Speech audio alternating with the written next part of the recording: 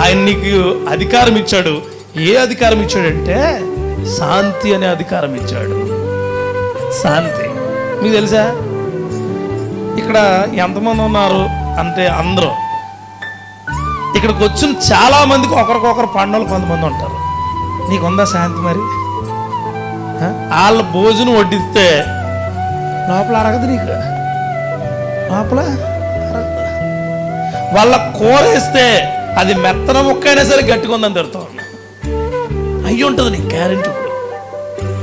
వాళ్ళ గ్లాస్ తీసుకుంటున్నప్పుడు నువ్వు గ్లాస్ తీసుకుంటే ఆ గ్లాస్ వదిలేసి వచ్చేస్తాను.